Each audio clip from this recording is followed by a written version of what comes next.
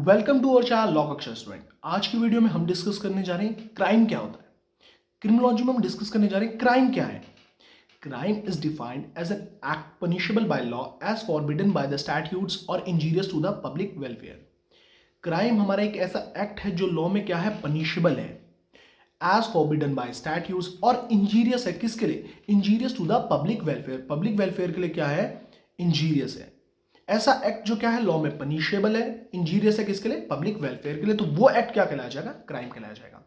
A crime is an act not only punishable by law but is also revolting to the moral sentiments of the society.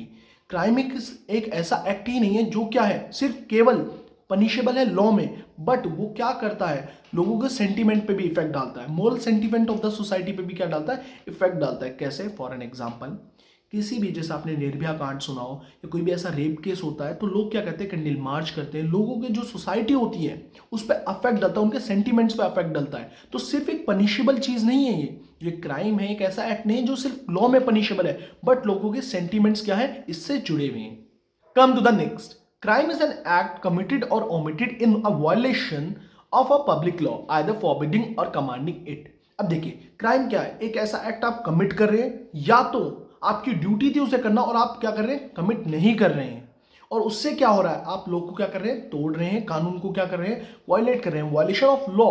तो वो क्या कहलाएगा, वो act आपका करना ना करना क्या कहलाएगा, क्राइम कहलाएगा। सर एक्ट करना तो हम समझ सकते हैं, ना करना क्या होता है।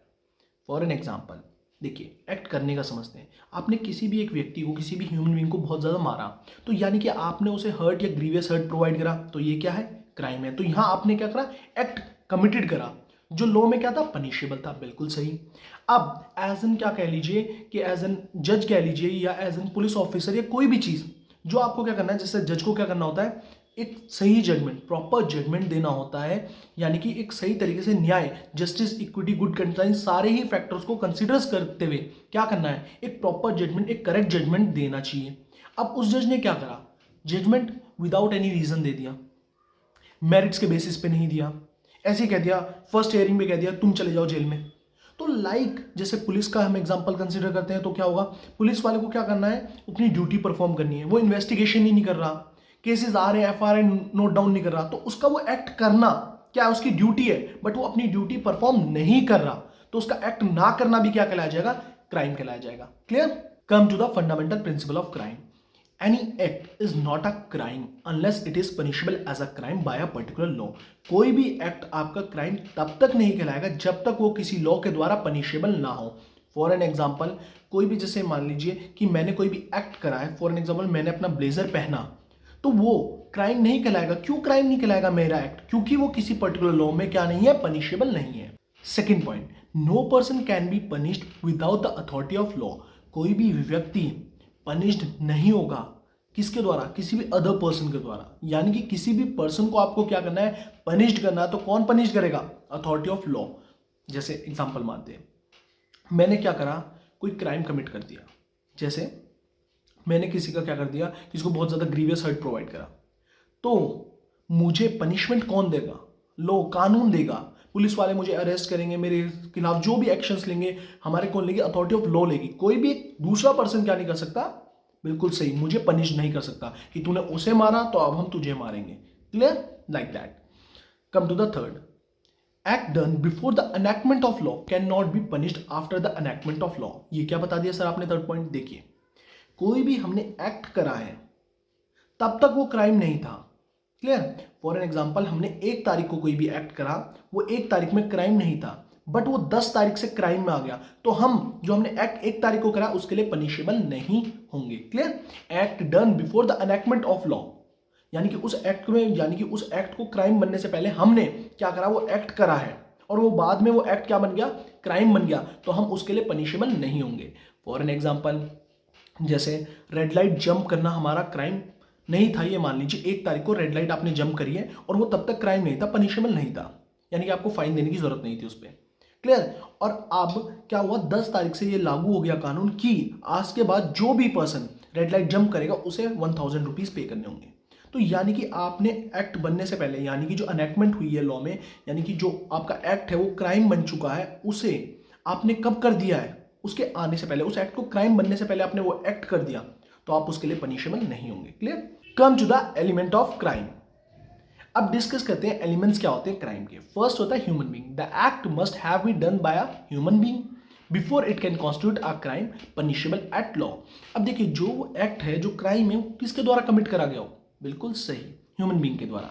That means the offender must be a human being who must have developed maturity of understanding to know the nature of the act of which he is held liable। अब देखिए क्या कहा गया है, ये कहा गया है जो हमारा ऑफेंडर होना चाहिए वो क्या होना चाहिए? ह्यूमन बीइंग होना चाहिए, यानी कि जिसने एक्ट कमिट करा हो, जो लॉ में पनिशेबल है, वो एक्ट किसके द्वारा कमिट करा गया हो? ह्यूमन बीइंग के द्वारा क्या करा गया हो? कमिट करा गया हो। यहाँ ध्यान से पढ़ना, who must have developed maturity of understanding to know the nature of act of which he is held liable, यानी कि वो क्या कर सके, उसका डेवलप्ड होना चाहिए, जो मेच्योरिटी लेवल है, मेच्योरिटी ऑफ अंडरस्टैंडिंग है कि ये जो एक्ट है वो उसका नेचर क्या है, वो किस चीज़ के लिए लाइबल हो सकता है। और यानी कि सिंपल वर्ड्स क्या कहा जाए, वो पर्सन क्या होना चाहिए? नॉर्मल माइंड होना चाहिए, एबनॉर्मल नहीं होना चाहिए। क्लियर? अनसाउंड माइंड नहीं होना चाहिए। अनसाउंड माइंड का मीन्स क्या हो गया कि उसका इतना मेच्योरिटी लेवल नहीं है कि वो जो एक्ट कर रहा है वो क्राइम में उसका नेचर ही नहीं पहचान पा रहा, वो किस चीज़ के लिए लाइबल हो रहा है उसे यही नहीं पता। फॉर एग्जाम्पल कोई छोटा सा बच्चा है, उसके हाथ में नाइफ है, वो किसी के पेट में मार दे, 2 साल का, 3 साल का, 6 साल का, 5 साल का, कोई भी ऐसा करता है बच्चा, तो उसमें आप क्या देखेंगे कि उसे ये लेवल पता ही नहीं है, उसका जो मैच्योरिटी लेवल है वो इतना अंडरस्टैंड है ही नहीं कि जो उसने एक्ट करा है वो क्राइम है। Clear? Corporation and other artificial person known to modern jurisprudence are not capable of being punished। अब जो हमारी कॉर्पोरेशन होती है, कंपनीज होती हैं, ये सब क्या है? हमारी एक पर्सन की तरह ट्रीट करी जाती है, आर्टिफिशियल पर्सन की तरह, बट ये पनिश्ड नहीं की जाती। क्लियर? क्योंकि ये कैपेबल ही नहीं होती पनिशमेंट के लिए। Second, mens rea. Actus non facit reum nisi mens rea is well known maxim of criminal law. It means the act itself does not make a man guilty unless his intention were so। देखिए, एक मैंने आपको maxim बोली, क्या maxim थी? Actus non facit reum nisi mens rea. इसका मतलब क्या होता है कि सिर्फ एक्ट करना ही केवल कॉन्स्टिट्यूट नहीं करता क्राइम को, आपकी क्या होनी चाहिए? इंटेंशन भी होनी चाहिए। Clear? From this maxim follows another proposition, actus me invito factors known as men actors, which means an act done by me against my will is not my act at all। अगर आपको जबरदस्ती कोई भी, आपकी इच्छा नहीं है, आपकी विल नहीं है, बट आपको गन पॉइंट पे कोई भी काम करवाया जा रहा है कि अगर आपने इसे नहीं मारा तो मैं आपको मार दूंगा, तो जो आप अपनी इच्छा से एक्ट नहीं कर रहे, आपकी विल नहीं है उसमें, आपकी कंसेंट नहीं है उसमें, वो एक्ट क्या नहीं कहलाया जाएगा? क्राइम नहीं कहलाया जाएगा। Clear? This means both act and evil intention concur to constitute a crime. तो यानी कि हमें इस पॉइंट से क्या पता चल रहा है कि हमारा एक्ट होना प्लस इविल इंटेंशन, जिस व्यक्ति ने वो एक्ट करा उसकी इंटेंशन, इविल इंटेंशन भी होनी चाहिए उस एक्ट को कमिट करने की, तभी क्या बनेगा? मिलके क्या बनेगा? क्राइम कहलाया जाएगा। क्लियर? अब एक और एग्जांपल यहां आपको समझा देता हूं, जिसे मैंने आपको बताया था एक्टस नॉन फैसिड रियम मेंस रिया। तो इसमें मैंने आपको बताया कि कोई भी आप एक्ट खुद से कर रहे हैं तो सिर्फ एक्ट करना ही क्या नहीं कहलाया जाता? क्राइम नहीं कहलाया जाता, आपकी इविल इंटेंशन भी होनी चाहिए। कोई भी, जैसे क्या है, आपके घर में जो भी कोई लेडी है, सिस्टर है, मदर है, उसके साथ कोई व्यक्ति कोई भी ऐसे एक्ट कर रहा है जिससे क्या हो रहा है, बहुत गलत तरीके का एक्ट है, लाइक रेप कमिट कर रहा है, तो उस सिचुएशन में रेप होने से आप क्या कर रहे हैं? उसे बचाने के लिए, आपकी वाइफ, आपकी मदर, सिस्टर को बचाने के लिए आपने उस व्यक्ति को क्या करा? जान से मार दिया, हीट एंड पैशन में। यानी कि आपकी इविल इंटेंशन नहीं थी, आपकी मन की इच्छा नहीं थी कि मैं उस व्यक्ति को मारूं, बट सडन प्रोवोकेशन की वजह से, हीट एंड पैशन में, या कोई भी ऐसी चीज़ है कि आपका कोई गला घोट रहा, आपको मारने वाला, आपने सेल्फ डिफेंस में किसी को मार दिया, तो आपकी इविल इंटेंशन नहीं थी, आपने एक्ट कर दिया। हम मान रहे हैं आपने उसे जान से मार दिया, मर्डर हो चुका है, बट आपकी इविल इंटेंशन नहीं थी। Come to the next, actus rea। A human being and an evil intent are not enough to constitute a crime। You cannot know the intention of a man। अगर हम बात करते हैं, सिर्फ एक व्यक्ति की evil intention ही crime को नहीं constitute करती। फॉर एन एग्जाम्पल, अगर मैंने कुछ चीज़ सोची है तो मैंने जब उस पर एक्ट ही नहीं करा, मैंने सोचा आज शाम में ए पर्सन को मैं क्या करूँगा? पीटूंगा। क्लियर? तो मेरी क्या थी? इविल इंटेंशन थी, बट मैं शाम में गया ही नहीं उसे पीटने। तो केवल इविल इंटेंशन ही रखना क्या नहीं करता? कॉन्स्टिट्यूट नहीं करता क्राइम को। दूसरी चीज, देयर आर सम एक्सेप्शंस कि आप अगर इविल इंटेंशन रखते हो, कोई भी प्लानिंग करते हो, उसे क्या एक्ट परफॉर्म नहीं करते बट उसके बारे में प्लान भी कर रहे हो, तो वो भी क्राइम में कहलाया जाता है। वो एक्सेप्शंस में यहाँ आपको पढ़ने की जरूरत नहीं है। You can not know the intention of a man, आप किसी के फेस से ही देख के इंटेंशन नहीं बता सकते। किसी भी व्यक्ति की इविल इंटेंशन क्या है, वो माइंड में क्या सोच रहा है, उसे समझ पाना बहुत ज्यादा क्या है, डिफिकल्ट है। Come to the fourth point and last element of crime, injury to human being. The word injury as defined by section 44 of the Indian Penal Code 1860 denotes any harm whatever illegal caused to any person in body, mind, reputation or property. अगर हम बात करते हैं injury की, तो injury कहाँ defined है? Section 44 में डिफाइंड है। किस में?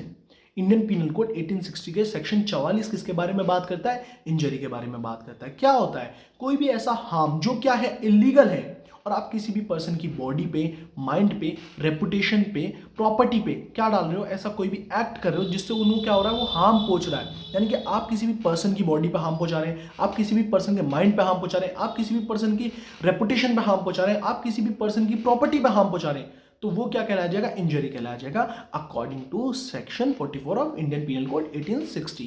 अब इसको एग्जांपल बता देता हूँ। देखिए, पर्सन इन बॉडी का मतलब क्या है? आप किसी भी पर्सन की बॉडी पे क्या पहुंचा रहे हैं? हार्म पहुंचा रहे हैं, इंजरी प्रोवाइड कर रहे हैं। जैसे आपने किसी को भी मारा, यानी कि ग्रीवियस हर्ट। क्लियर? माइंड पे क्या है? आपने उसे बहुत ज़्यादा परेशान कर दिया कि आप मेरे लिए ये नहीं करोगे। उसके माइंड को आप क्या कर रहे हो? बहुत ज़्यादा प्रेशर में डाल रहे हो। जैसे आप उसे प्रेशराइज कर रहे हो, आप उसे कोई भी किसी चीज़ के लिए फोर्स कर रहे हो, आप कह रहे हो कि आपकी कोई वीडियो है, कोई चीज़ है, उसे लीक आउट कर दूंगा, लाइक आप उसके मेंट पे, यानी कि टॉर्चर कर रहे हो आप उस व्यक्ति को, तो वो भी क्या कहलाया जाएगा? इंजरी टू ह्यूमन बीइंग कहलाया जाएगा। अकॉर्डिंग सेक्शन 44 वो क्या कहलाई जाएगी? Injury any person in mind कहलाई जाएगी। रेपुटेशन, आपने किसी भी पर्सन को क्या कर रही है? हार्म पहुंचाया उसकी रेपुटेशन पे, यानी कि डिफेम कर दिया। जैसे फॉर एग्जांपल हमें बोलना है नीचे, अगर किसी भी ब्रांड को, किसी भी एक ह्यूमन बीइंग को, आप एक रेपुटेड ह्यूमन बीइंग का नाम बदनाम कर रहे हैं, कुछ भी उनके बारे में फेक न्यूज़ कर रहे हैं या कुछ भी ऐसी चीज़ एक्टिविटी कर रहे हैं जिनसे उनकी रेपुटेशन में फर्क पड़ रहा है, तो वो भी किसके अंडर में आएगा? According to section 44 of Indian penal code वो क्या कहलाया जाएगा? इंजरी कहलाया जाएगा। अगर कोई भी आप हार्म, जो इलीगल हार्म पहुंचा रहे हैं किसी प्रॉपर्टी पे, प्रॉपर्टी क्या होती है? Many of the students are confused कि property means land, house, building. नहीं, प्रॉपर्टी में आपकी वॉच, फोन, कैमरा, ये सब चीज़ आपकी क्या है? प्रॉपर्टी है। तो अगर आप किसी भी प्रॉपर्टी पे हार्म पहुंचा रहे हैं तो वो भी क्या कहलाई जाएगी? इंजरी कहलाई जाएगी। Injury must be illegal cause to another human being और to be a body of individuals और टू सोसाइटी एट लार्ज। अब देखिए, जो आप इंजरी यानी कि जो हार्म पहुंचा रहे हैं वो क्या होना चाहिए? इलीगल होना चाहिए। किसी भी एक अगेंस्ट, मतलब किसी भी एक इंडिविजुअल को आप हार्म पहुंचा रहे हैं, बॉडी ऑफ इंडिविजुअल को हार्म पहुंचा रहे हैं, और टू सोसाइटी एट लार्ज। वो आपकी जो हार्म रहना चाहिए वो क्या रहना चाहिए? इलीगल रहना चाहिए। होपफुली आपको क्राइम एंड उसके एलिमेंट्स क्लियर हुए हों। अगर वीडियो अच्छी लगती है तो प्लीज़ ज़्यादा से ज़्यादा सपोर्ट दिखाइए, ज़्यादा से ज़्यादा वीडियो को लाइक करें, शेयर करें, subscribe my channel and also press bell icon for the new videos. Thank you so much guys. आप लोग बहुत अच्छे मुझे डीएम करते हैं, मुझे बहुत अच्छी तरीके से सपोर्ट करते हैं, बहुत अच्छे कमेंट मेंशन करते हैं। सच में पढ़ के बहुत अच्छा लगता है। Thank you so much for your support. Have a nice day.